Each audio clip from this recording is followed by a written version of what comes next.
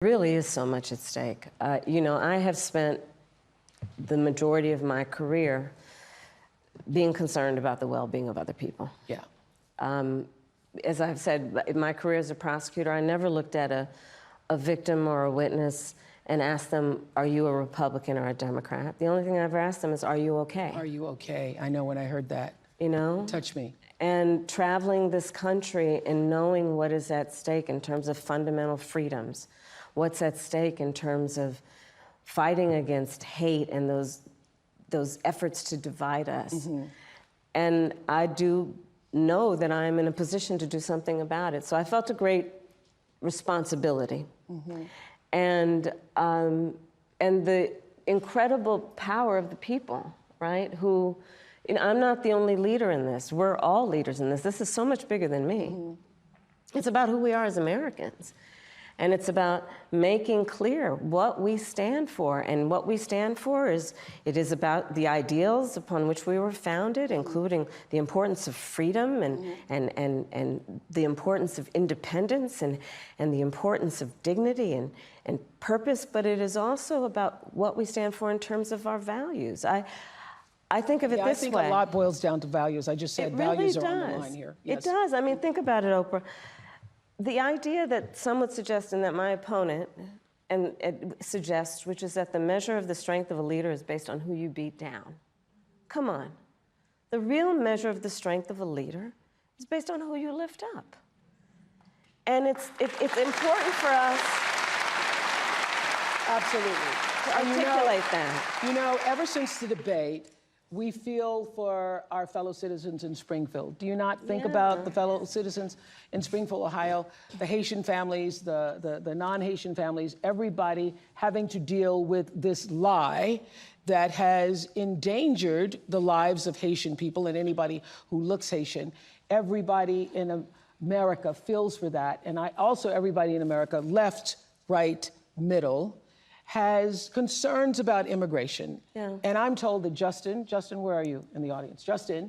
Hello. In our audience. Hello, Madam Vice President. You live in Michigan. Yes, ma'am. Don't you love saying hello, Madam Vice President? I do. What's your question? It's an immigration question. My question for you is, when you become president, what would be your specific steps? Yeah, of course. What would be your specific steps to strengthening the border? So it's a wonderful and important question. You know, my background was as a prosecutor, and I was also the elected attorney general for 2 terms of a border state. So this is not a theoretical issue for me. This is something I've actually worked on. Okay. I have prosecuted transnational criminal organizations for the trafficking of guns, drugs, and human beings. I take very seriously the importance of having a secure border and ensuring the safety of the American people. Sadly, where we are now can be traced most recently back to the fact that when the United States Congress, members of the Congress, including some of the most conservative Republicans, came up with a border security bill. And here's what that border security bill would have done. It would have put 1,500 more border agents at the border. Let me tell you, those border agents are working around the clock. It would have just been about giving them some support and relief, which is probably why the border agents actually endorsed the bill. It would have allowed us to stem the flow of fentanyl. And I'm looking at people from all over the country here, so I don't need to tell the folks who are watching this what fentanyl has done to families, to kids in our country, and the need to take seriously stemming the flow coming into our country and addressing that extraordinary and tragic issue in terms of its effect. The bill would have allowed us to have more resources to prosecute transnational criminal organizations. And it would have been part of the solution. And Donald Trump called up those folks and said, don't put that bill on the floor for a vote. He blocked the bill, and you know why? Why? Because he preferred to run on a problem instead of fixing a problem. And he has put his personal political security before border security. Because understand, even in the intervening months, what that bill would have done to give support to folks who care about this issue.